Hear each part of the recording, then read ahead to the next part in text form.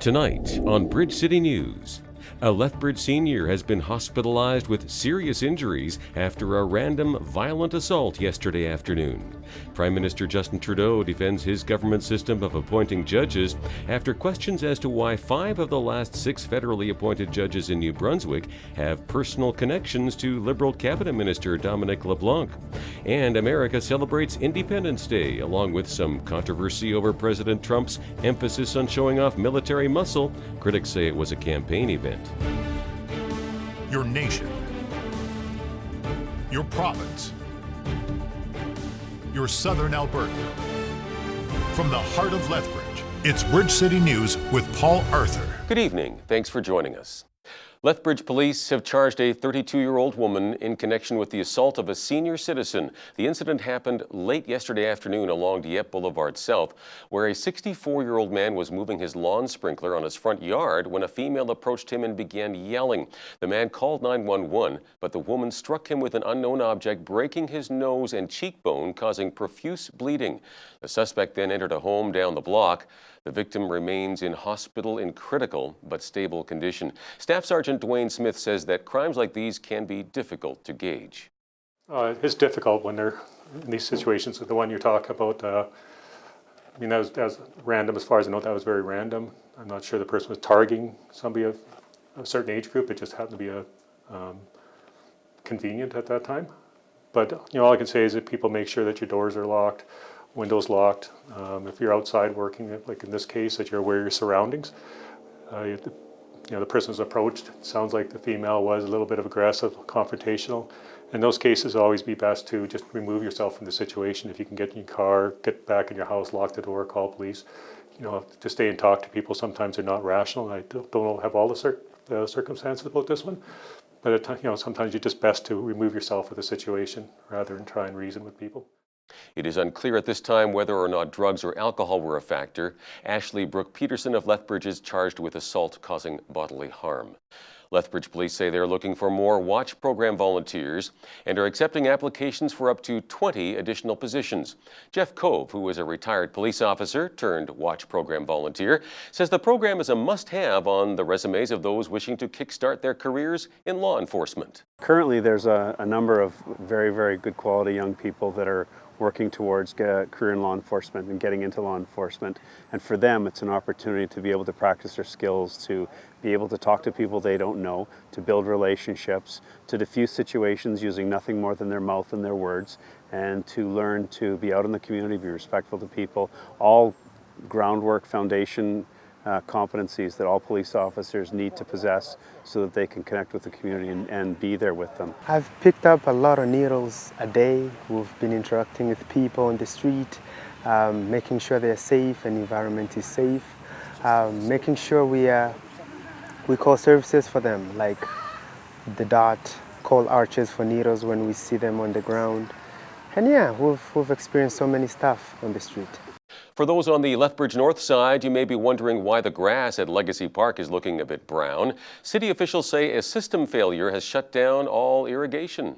It's a bit of a disappointment, but this spring the irrigation system in Legacy Park has had a major failure, which prevents us from providing any irrigation to the park. So it's not looking very good. The park is still open and we are working on repairs. Lethbridge County Council today gave the green light to off-highway vehicles being permitted on county roads. The bylaw, which passed in a 4-2 vote, allows vehicles such as dirt bikes and quads to be operated on municipal roads. Reeve for Lethbridge County, Lauren Hickey, says it is long overdue to legalize the operation of OHVs on county roads. In agriculture, especially during irrigation season, there's a lot of use of off-highway vehicles for irrigation purposes. So it was only a natural fit to be able to go to and from your field in one of those. And also, sometimes if you're rounding up your cattle or things like that, it's a really good thing to use. So it's been a popular item and been asked for many times, but we finally had the ability to move forward and put a bylaw in place where you're allowed to do it. Off-highway vehicles are not permitted to travel within hamlets and subdivisions unless the driver obtains a waiver from the county. The results are in, and a recent study from the provincial government suggests that 57% of crops in our region are in good to excellent condition. The data is taken from a study conducted on June 25th. The numbers have decreased 15.5% from Southern Alberta's 5-year average. We don't really have a theory on why the numbers have declined. We can just look at the current weather conditions, which of course affect the crop conditions. So because of the amount of moisture that has been received in the south, that would be reflective in the current crop conditions. And on the positive side, subsurface moisture stayed the same over last week's June 18th report, and surface soil moisture only declined by 1%. Producers remain hopeful as the weather is cooperating in bringing some more moisture. Although it has rained over the last couple of weeks, the study shows that Southern Alberta's soil is rated at 77%, which is considered fair to good conditions. The Lethbridge Shakespeare Performance Society will be presenting their 8th season of Shakespeare in the Park at Galt Gardens, starting tonight at 7. Sword fights, great acting, a great story. It's traditional. It's set in the traditional time period of 11th century Scotland. The language is the Shakespearean text, so it is in a bit of an older kind of text, but we've made it as accessible as possible so that audiences of most ages can understand and enjoy and get something out of the show. We open tonight, July 4th. We run most Thursdays and Fridays until August 9th is when we close. We do have 1 or 2 Wednesday performances, and we are going on the road to High River, the Coote Centre outside of Nanton, and the Empress Theatre in Fort Macleod. So there's a number of chances to catch us. Shows are free, however, audience donations are welcomed. The cast, design team, and crew are drawn from the University of Lethbridge Theatre program and from local community theatre groups. A Lethbridge company, Triple M Housing, and 11 of its subsidiaries are facing 13 charges under the Occupational Health and Safety Act. This comes after a workplace incident in May of 2017 that paralyzed a 37-year-old woman when she was hit by a falling steel roof truss stand. Triple M is expected to appear in Lethbridge Court in September. Now in its 13th year, the Downtown Lethbridge Farmers Market is up and running from 10 to 3 each Wednesday. The Downtown Business Revitalization Zone is host to local and BC produce, a wide variety of foods and handmade crafts. One Lethbridge couple bakes gluten and dairy-free sweets and are excited to get started this year. There's artists around. We had a local artist here earlier today who was sketching people as they walked by. There's lots of really delicious produce from farmers in the area. We've got, ourselves really excited to share our cookies with people, especially who have food sensitivities, which is why we really promote gluten and dairy-free products. It's the summertime. It's just nice to get outside and be able to, share the space with people. So. The market is located on 6th Street between 3rd and 4th Avenue South. The Calgary Stampede kicks off tomorrow, and more security cameras, metal detectors, and bag searches will be in place this year. But officials say there's no concern about any imminent attacks. It's just a matter of public safety. I think that's one of the strengths that's here is how collectively we get together and we present a common response to what is the greatest outdoor show, but also such a great time for all Albertans. We've ramped up the scenario planning. We have, I would say, approximately 10% more security cameras this year than we've ever had in the past, and we've really worked on the throughput at our gates to make sure that we can get more bag checks done in a given amount of time. And I would say that we've also ramped up some other elements, including canine detection and some other things that we'll just speak generally about, but there's a number of improvements from our perspective. Alberta Agriculture Minister Devin Dreeshen hosted a barbecue yesterday on the grounds of the legislature, urging Albertans to support farmers and ranchers in the face of international market closures. Dreeshen encouraged restaurant patrons to specifically ask for Alberta beef, pork, and grains when dining out. MLAs from all parties attended, along with ag industry representatives. Alberta is Canada's 3rd largest exporter of agri-food products, worth $11.5 billion annually. Premier Brian Pallister says he won't abandon Manitoba's lawsuit against Ottawa's carbon tax, despite the fact that Saskatchewan and Ontario have lost similar cases in court. And another province, New Brunswick, may scrap its plan to sue the federal government over the carbon levy. Pallister has said the federal tax is more about politics than science.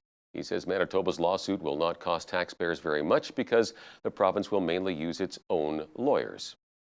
A fertilizer company says all 34 people who were trapped deep in a Saskatchewan potash mine for more than a day are safely above ground and back with their families. Will Tigley, a spokesman with Nutrien, says a service shaft stopped working at its Corey mine near Saskatoon on Tuesday.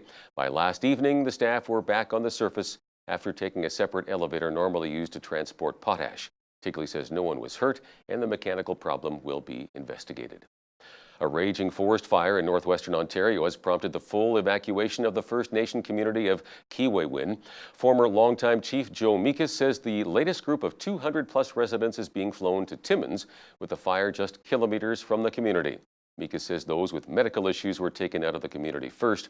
Earlier, more than 200 residents were flown to the town of Sioux Lookout, with that town now at capacity.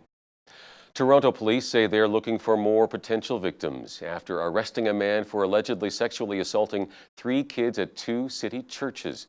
Detective Constable Don Bai says William Claveria, 32, of Toronto, faces 22 charges related to the ongoing investigation. He alleges Claveria preyed on children at the Filipino churches, Jesus Reigns Forever International Ministry, and Word and Life Christian Assembly. Bai is asking church members to contact police if their children interacted with Claveria.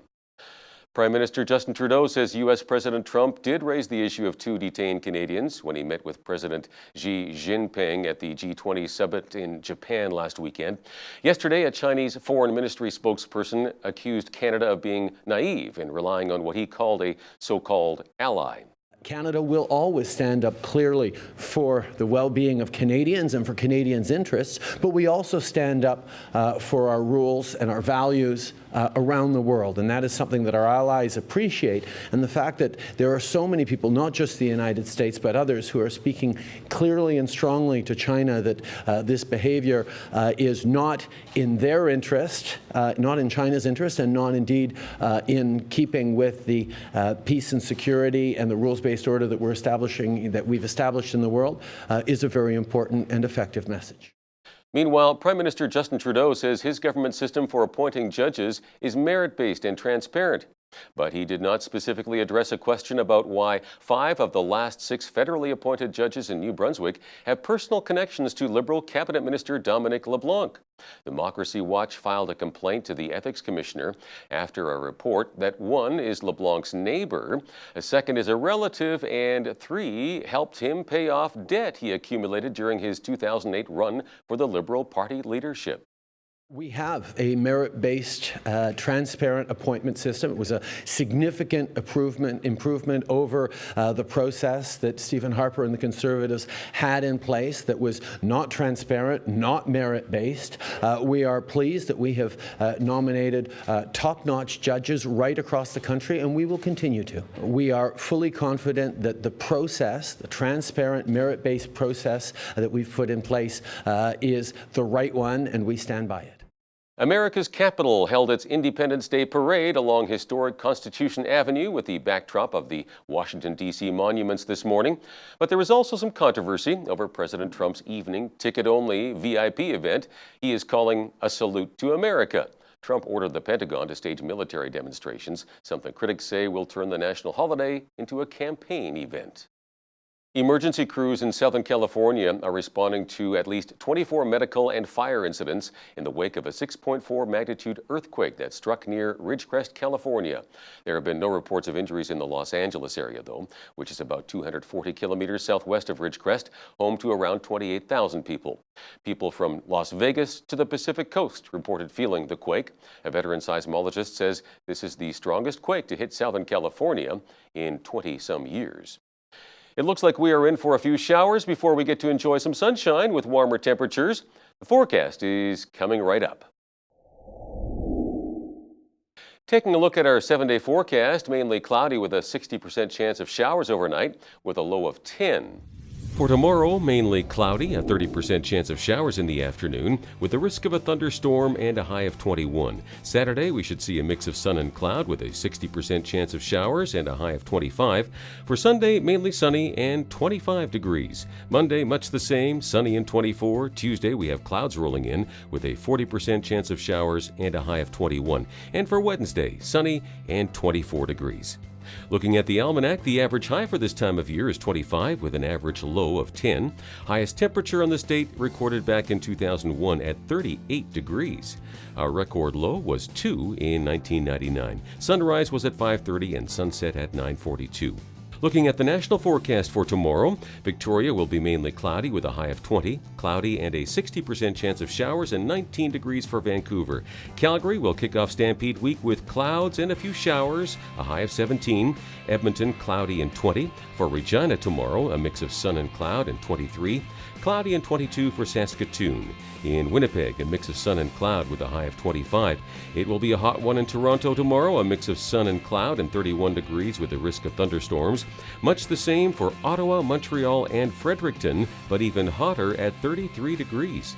For Halifax, a mix of sun and cloud with the risk of thunder showers and 32 degrees, but only 20 degrees along parts of the coast. Charlottetown, a mix of sun and cloud with a risk of thunder showers and 29 degrees. And in St. John's, Newfoundland, things cool off considerably. Cloudy with a 60% chance of showers and a high near 14 degrees tomorrow. The latest real estate figures for Toronto show home sales are up 10% in June compared with last year. The Toronto Real Estate Board says it saw nearly 9,000 sales in the month, up from about 8,000 a year ago. The average selling price was up 3% to $832,000 as sales grew while new listings dipped slightly from 2018. For the first half of the year, sales were up by 8.5% from last year. Ontario's Information and Privacy Commissioner says smart city projects have a lot of potential benefits. But Brian Beamish wants the province to review and update its privacy laws to deal with their inherent risks. He says the technology involved can collect and use massive amounts of data, including personal information. Beamish's report comes shortly after Sidewalk Labs, a subsidiary of Google's parent company, released its ambitious vision for a smart city project on Toronto's eastern waterfront that would incorporate numerous types of sensors, cameras, and other monitoring systems. DeRosier Automotive Consultants says light vehicle sales in Canada fell an estimated 7.2% in June from a year earlier as a downward trend in auto sales continued. Light vehicle sales totaled about 185,740 for the month, down from 200,000 a year ago. The dip in June marked the 16th consecutive month of sales declines when compared with the previous year. A consumer shift away from passenger cars towards generally higher emission SUVs and pickup trucks continued, with June car sales down 21%, while light truck sales declined only 1%. Now here's a look at today's markets.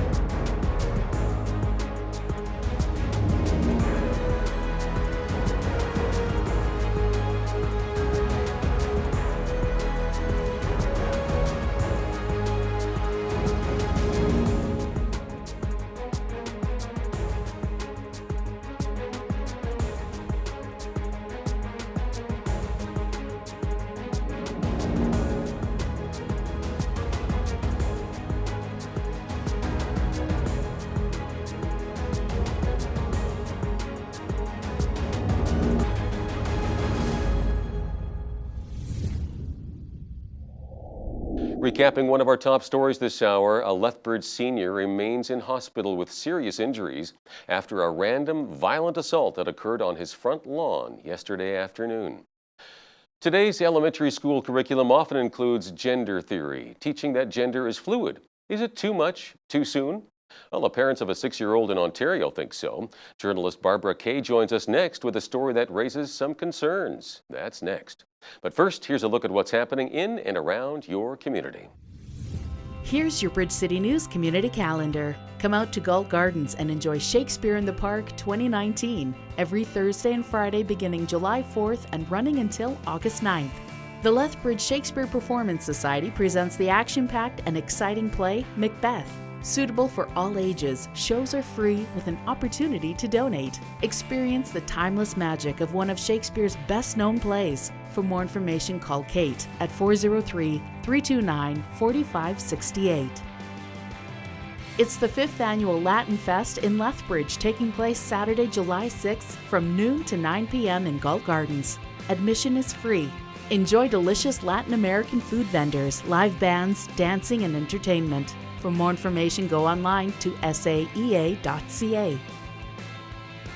The 22nd annual Joel Nicholas Arnoldson Memorial Charity Golf Tournament is taking place Friday, August 16th at Paradise Canyon Golf Resort. Green fees are $190 per person, with the proceeds going toward the Green Acres Foundation, which provides quality and affordable housing for seniors. For more information and to register, call 403-328-1155.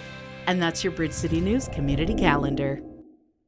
We all know that today's elementary school curriculum has changed a lot from when we were kids, but with the insertion of gender theory into schools, is this going too far? We're going to hear a real-life story today that may convince you that it is too far. Joining us is Barbara Kay, an award-winning columnist with the National Post. She recently wrote an article called When Gender Identity Education and Theory Goes Wrong. So Barbara, thanks for joining us today. Appreciate you making time for us. Can you share the backstory with our viewers here, the case of a 6-year-old student being seemingly pressured by her grade 1 teacher in Ottawa to question her gender? Yes, this is a story. One of the unique features of the story is that the parents in this case have gone public. They're using their own names, Pamela and Jason Buffoni, B-U-F-F-O-N-E, and they have lodged a complaint to the Human Rights Tribunal of Ontario against the school board for what they have called a poisoned environment, in which their daughter, who I refer to as N with the initial N, no need to identify her, 6 years old, a child who had been very happy, very comfortable in her biology, gender, never questioned her identity whatsoever, now is in grade 1, and suddenly in January of 2018, her teacher starts a program of education on gender identity and tells the children, according to her mother, and this is not disputed by the school board, that girls are not real and boys are not real. So she's actually teaching them the theory of gender fluidity, a theory that is not based in science, but based in ideology. And the child comes home distressed, feels suddenly that her girlhood, her identity as a real girl is in question, begins to speak with anxiety about this issue to her parents, suggests that perhaps she should go to a doctor because there might be something wrong with her. So who's suggesting this? Is this the teacher or the girl? The girl saying, take me to a doctor because, wow, okay. Because the teacher has also told her that she has a choice when she grows up whether she wants to be a mommy or not. This is a 6-year-old child, and they're already discussing an area of future choices that her mother is quite alarmed by, as any mother would be. It's not a question of whether you're pro-life or pro-choice. This is a kind of, why is this teacher talking to? Now, it's very interesting. This teacher has only been teaching for 3 years. And she's very sure of her agenda. When the parents went to speak with her, she defended her program. It's too bad that this little girl was not being affirmed as a girl, that she did not feel that it was her duty to affirm this child as a girl. She felt it was her duty to suggest that gender is so fluid that at any time, there's a spectrum. Girls might be girls, they might be half girls, they might be. I think you know enough about these programs. I don't have to go into detail about these programs. Yeah, I'm just having trouble imagining how does a 6-year-old, I remember when I was in grade 1, I couldn't process that. I mean, and I understand that the parents weren't informed about this at all, were they? Like the actual teaching? No, the teacher did not give them prior notice of it, and never did during the course of the programming, which went on for several weeks. And the child became, this was a child who loved school, who believed what her teacher told her, who had never had any symptoms of distress or anxiety about going to school before, and now was beginning to show this on a regular basis. So they made an appointment with the teacher. The teacher, no, this is the way things are now. We are teaching important stuff. Was not at all upset about the, well, I'm sorry, I don't know if she was upset or not. According to the mother to whom I spoke at length about this, she did not show any sense of feeling that perhaps it was fair for the child in question to have her own identity, which is totally 100% girl, affirmed, which is also a gender identity. So they got no joy from the teacher. They went to the principal, who backed up the teacher. To make it short, they made their way up the ladder all the way to the superintendent of schools and the curriculum superintendent, who were all towing this particular party line, that the new gender identity programs are necessary. That children have to learn about this stuff, and I guess they feel they have to learn about them quite early. So they eventually removed their daughter from the school, put her into a Catholic school where this is not taught, or if it is taught, it's not taught, certainly not taught like that. Right. Child is now happy. She's regained her old enthusiasm for school, and the child is fine now. But the parents feel this is a very important issue. They feel they're not alone. I'm sure, and they are right, because I've received many emails, personal emails, and I've seen on social media, many parents are experiencing the same discomfort with the fact that these conversations about very delicate subjects have been totally removed from their hands, taken over by the schools. They're very uncomfortable about it. And so this human rights complaint is actually, to me, a very serious and could be a landmark case if it were adjudicated objectively, which I'm sorry to say I do not think that will happen. Well, yes, from the track record of most human rights tribunals across Canada, I would venture that, yeah, it's a guess that it's likely not going to turn out in their favor. I mean, and again, you said now the parents went to the teacher, they had a conversation with the teacher, they did talk to the principal and to the school board, and so the unanimous kind of feedback they're getting here from these authority figures is that this is the new norm, this is what we're teaching. And again, you mentioned it earlier, this is not based on science. So my question too is, if they're teaching this to, well, kids in grade 1, I mean, where is the actual science to back up some of these theories on gender fluidity? I haven't seen any solid scientific evidence. I mean, there's speculation, et cetera. Of course, there's special interest groups and so forth. But the science is extremely lacking, it seems.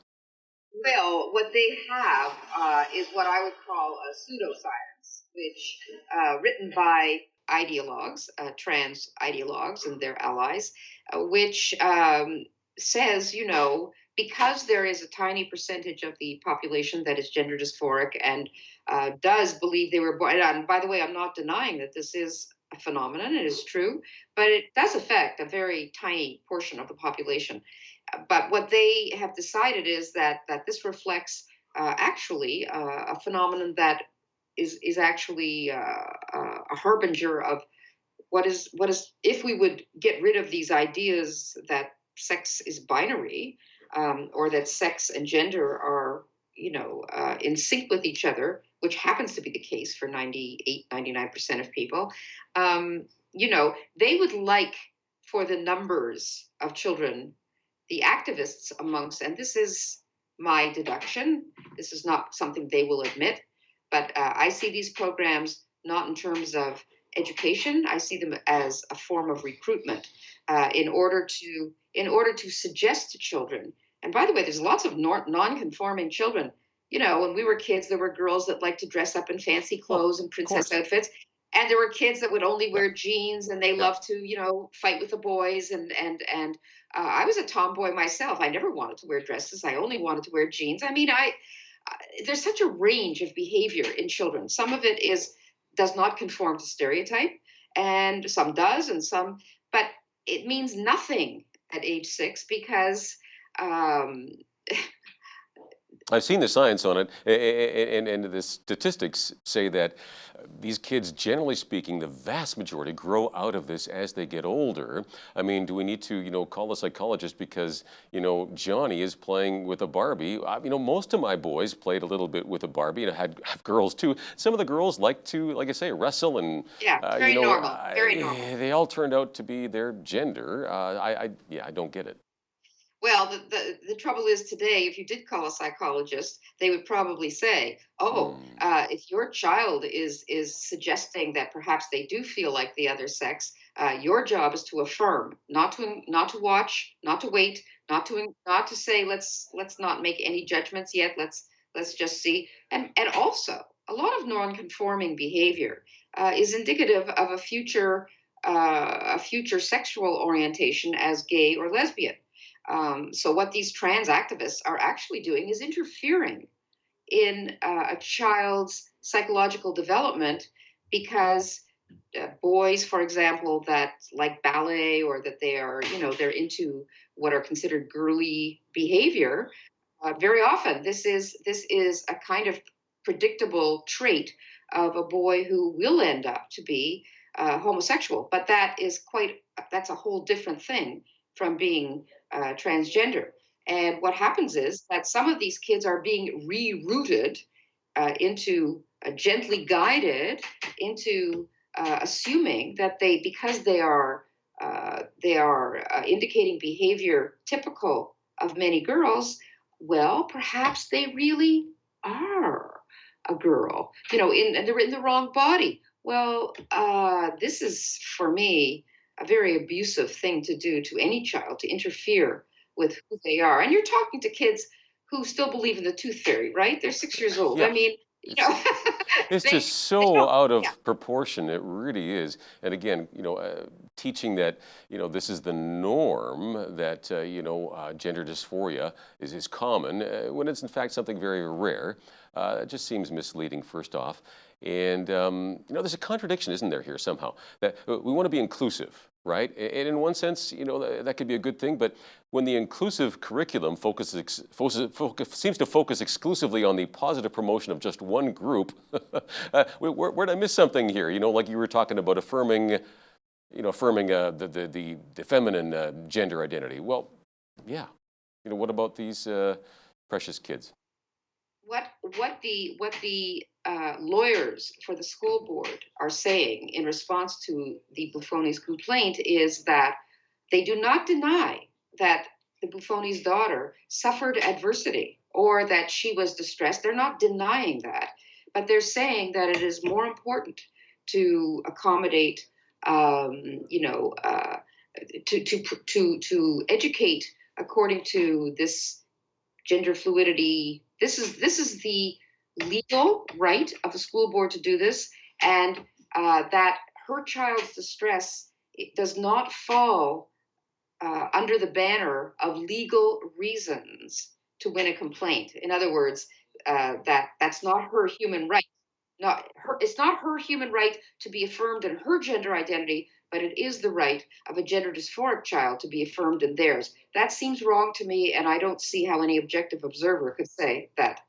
Yeah, I read that in your column. You talk about the child's right to express his or her gender identity trumps the parent's right to oppose it. It's another angle on this, right? So, I mean, at what point, does the public allow the government in our education system to dictate how we raise our own children? There's something wrong with this.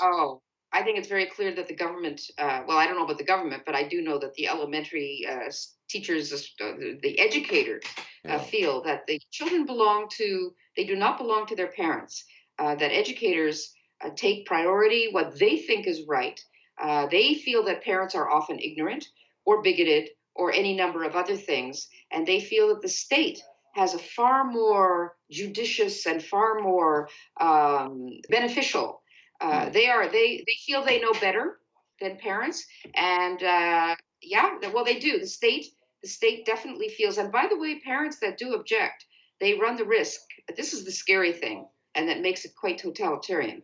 Is that parents who do object and say, no, I would like to watch and wait. I do not believe in affirmation the first day that they run the risk of being considered abusive themselves and even in some cases having child services called in and the threat of having the child taken away.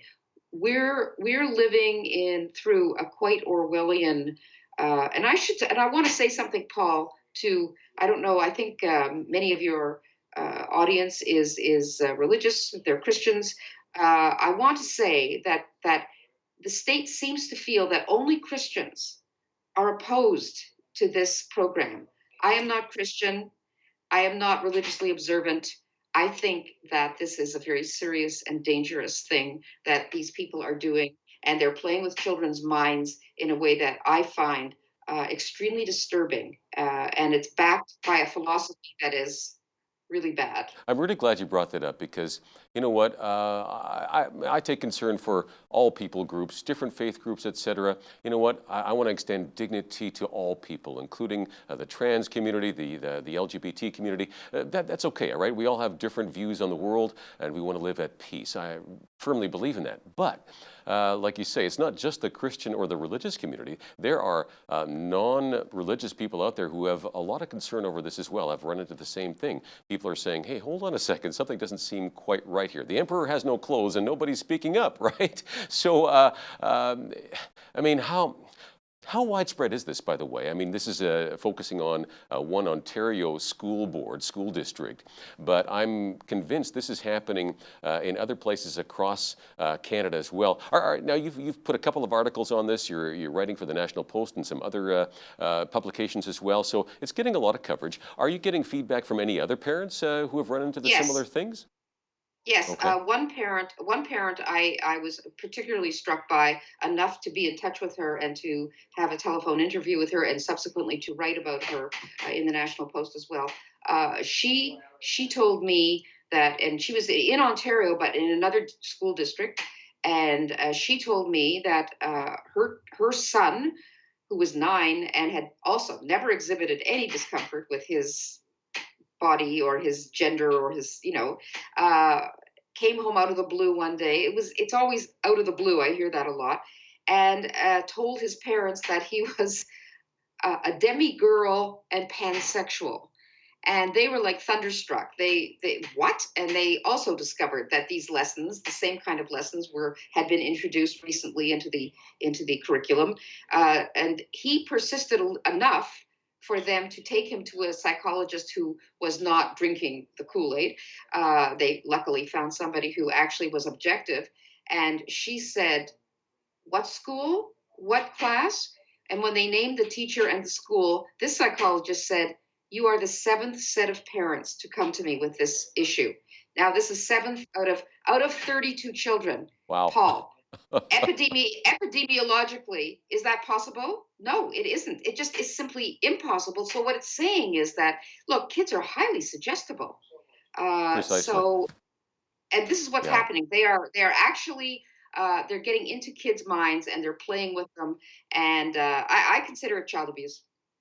Boy, you know what? I couldn't say it better myself. I mean, I think we have a serious issue here. I'm running out of time, but you know what? My concern is, I mean, if this is happening in our elementary schools and junior highs across the country, you know, a decade from now, where are we going to be at unless concerned parents begin to speak out from whatever religion you might be or no religion? You know what? We need to say, I think there's enough common sense in our Canadian public that we should start to say something and speak up, even though there may be a risk of, you know, rattling some politically correct feathers out there. It's got to be done, right? Parents have to organize. They have to organize. They have to create a political movement. Otherwise, they won't have the kind of influence that they need to have. Absolutely. Because the other side is extremely organized. They are, you know, got to tip the hat off to them that they are doing a good job with their particular agendas. I would see it. But Barbara, thank you so much for being on with us today. Appreciate it. It's an important issue. I'm very happy to have come. Thank you. Barbara Kay, columnist with the National Post. You can read her columns at barbarakay.ca or nationalpost.com. Part of the Christian tradition is to get involved in missions work, sharing the good news with people around the world. Well, how well are Canadian churches doing in this department? Joining me today to discuss the importance of missionary work is Reverend Dr. David Hearn, President of the Christian and Missionary Alliance in Canada. Welcome to Bridge City News. Good to have you with us, David. Great to be with you today, Paul. Well, first of all, why don't you share with our viewers a little bit about the Christian Missionary Alliance in Canada? Well, the Christian Missionary Alliance is a family of churches of about 440 congregations and about 250 personnel that serve overseas in around 56 different countries. And the heartbeat of our movement is really to see ourselves as Christ-centered, spirit-empowered, and mission-focused people, multiplying disciples everywhere. Okay, so missions is a big, big focus for you. And of course, most churches do preach about missionary work, right, Dave? I mean, but what percentage of church members actually get involved in missions now, whether that's locally or abroad, overseas, and so forth? Well, you know what? I'm very excited because I think there is a change in many of our churches that are really engaging more deeply in missionary work, whether that's in their own community or whether that's globally. We have a tagline that we sort of operate under. It says, on mission, everyone, everywhere, all the time. And so my personal conviction is we are all missionaries. And the places and spaces that God has called us are where we are to make an impact for his kingdom. And part of that is we're seeing a renewal in our churches. As men and women are becoming more engaged with the living Christ, more filled with the presence of the Holy Spirit, it is actually changing their perspective on how they see the world. Well, good to hear that there does seem to be some stepping up in this here. Now, I know for many of us, though, we don't, share the gospel as often as we probably should. And I think perhaps what stops us is fear. I think that's certainly part of it. Perhaps it's fear of rejection. We worry about what others think about us, that sort of thing. Your thoughts on that, Dave? Paul, I think some of it may be fear. Some of it, I think, is a wrong perspective. When I used to think that evangelism or mission was all about me and that I had to be the initiator, I was overwhelmed. But I'm coming to the reality that actually Jesus is the one who's on mission, that he's in our neighborhoods and he's actually doing the heavy lifting. And the reality of mission is find out where Jesus is at work and join him. And that has been a liberating sort of theological perspective for me personally and for our family of churches. Jesus is already there. He's making the impact, and we can just simply find out where he's at work and join him. I like that perspective, actually. It does take some of the pressure and the load off, right? It does. Yeah. It really does. Yeah, Yeah. Well, that's good. Well, you do have some committed people in your organization. They're willing to take the risks, including the Jaffrey Project. So can you give us a bit of history behind this particular project? Well, Robert Jaffrey is a very interesting character. His father actually owned the Globe newspaper. And his father's desire was that Robert, the son, would take over the newspaper. But in his early 20s, he attended a meeting where A.B. Simpson, the founder of the Christian Missionary Alliance, was speaking. And at that point, Robert gave his heart to Jesus, but also felt an unbelievable call to go where the gospel had never been preached. And so in his early 20s, ended up going to China and then starting some works in Vietnam and finally in Indonesia. And he was an individual who sort of personified going to the places where there was no or limited access to Jesus. And the Jaffrey Project carries that heart. There are still 6,000 people groups in the world that have never heard the name of Jesus. And the Christian Missionary Alliance is committed to its core to send men and women who are willing to go where the gospel has not been preached. And so the Jaffrey Project really supports new initiatives, going to people groups that have not heard of Jesus. And that's why it personifies Jaffrey, but sort of engages us in this moment of history, in being men and women who are willing to risk it all to go to the places, many of them dangerous, the low-hanging fruit is really gone, dangerous places of the world, the darkest places of the world, but to bring the light, the presence, the power, and the transformation of Jesus Christ.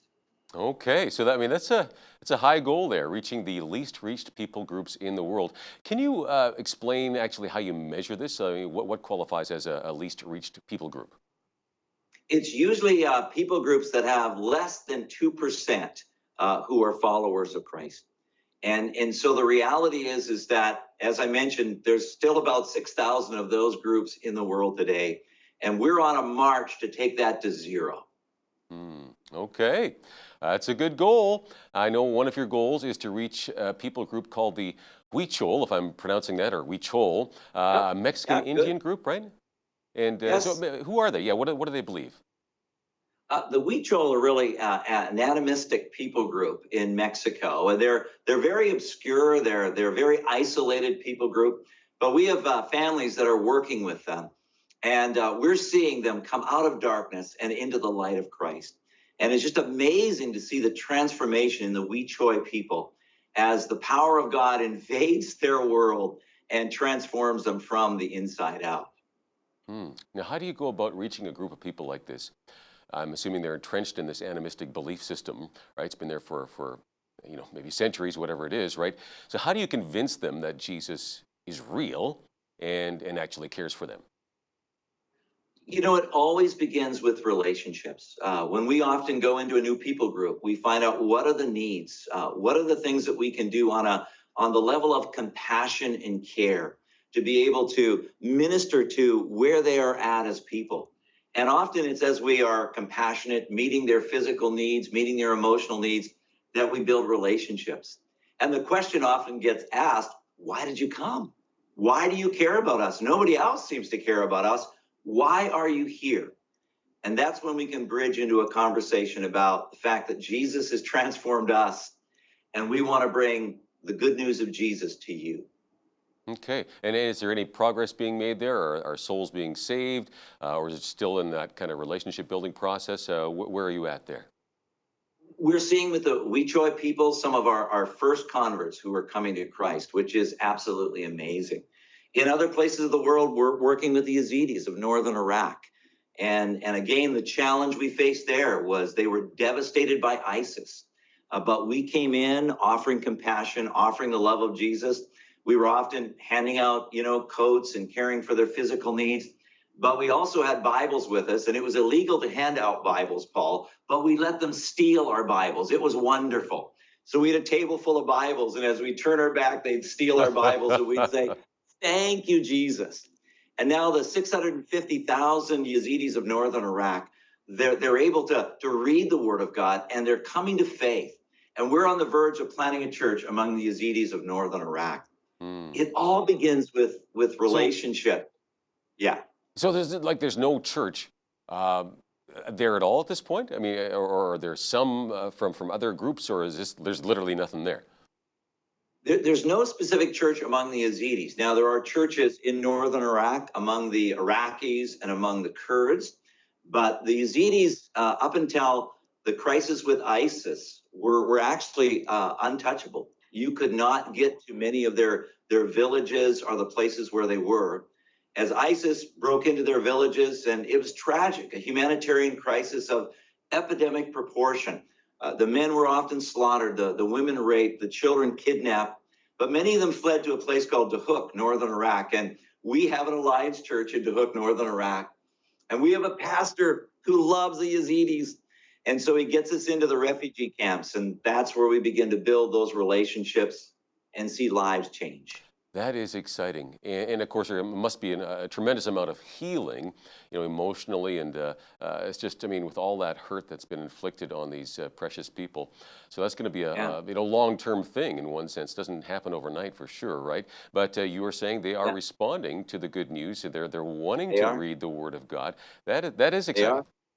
Okay. Yeah. Now, you're also trying to reach another kind of isolated group, at least it looks like that from my vantage point here, the Rohingya, a Muslim sect with apparently some significant populations in Bangladesh and Myanmar. And of course, we know about the terrible stuff they've gone through there from the government in Myanmar. So, what's the approach here to connect with a group like that? Well, yes, the devastating reality is the ethnic cleansing in Myanmar, and over 900,000 Rohingyas have fled out of Myanmar, and they are now part of what I would say is the largest refugee camp on the globe, over 900,000 in Bangladesh. Many of the young men from ages 12 to 25 are fleeing out of Myanmar, fleeing out of Bangladesh, trying to find a better life, trying to find a way to support their families in Bangladesh. So they'll often pay human traffickers to move them to places like Malaysia.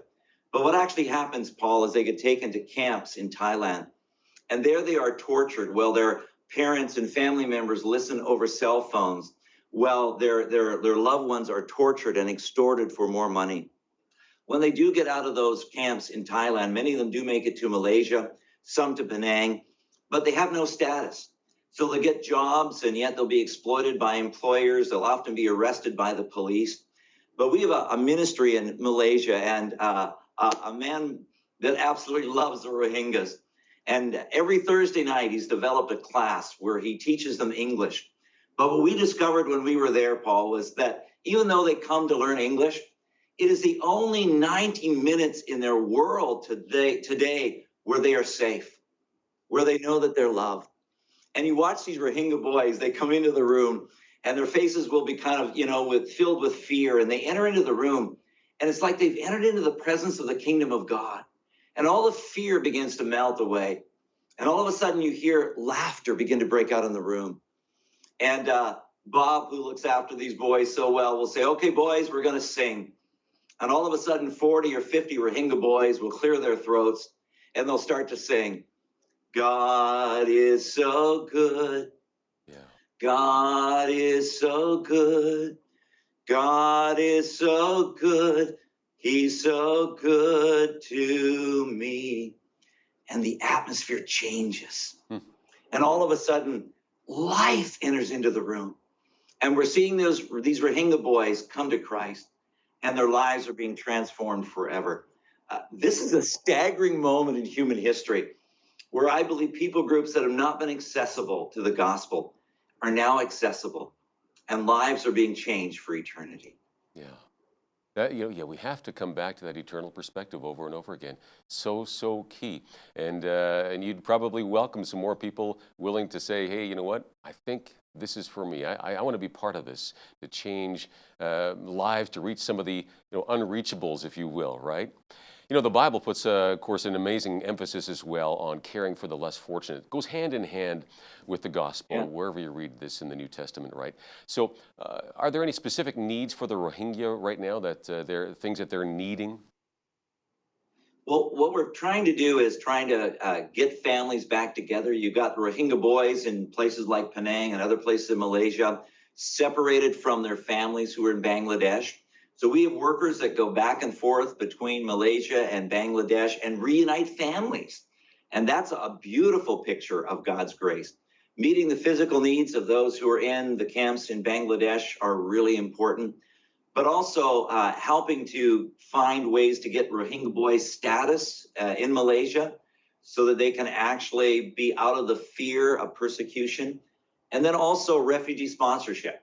We have about 100 Rohingya who are just a little ways from where I live in a place called Kitchener in Ontario. And many of our churches are sponsoring the Rohingya boys and trying to get their families here to Canada. Wow. Okay, now that is exciting as well. That was my next question here, because I'm talking about the needs. Well, how do you provide for needs? You have to have something in order to give. You need to have a generous heart. How are we doing in this department here in Canada? How can people actively get involved in what you're talking about right now, to sponsor a child or to sponsor a missionary for that matter? It all costs money to get out there, right? So how do people practically say, "Okay, I'm watching this today, I want to do something"? Well, going back to the Jaffrey Project, there's opportunities to give through the Jaffrey Project, which reaches out to these new people groups. If they go onto our website at the Christian Missionary Alliance, they can find a lot of places and spaces where they can engage either in direct missionary work or in justice and compassion work. And so there's plenty of spaces for people, depending on how God's working in their heart, how God wants them to get involved, to find places to plug in with the Christian Missionary Alliance. And of course, if people want to go, if they feel the call of God to go into cross-cultural ministries, we have unbelievable opportunities, both short-term mission opportunities, but also career mission opportunities to send people overseas. Okay. And one other aspect is also for those who are in various careers, disciplines, are things like medical professions, or in all of the trades. We have ways of helping people get into those spaces in an overseas context. So huge opportunities in this moment of history, Paul.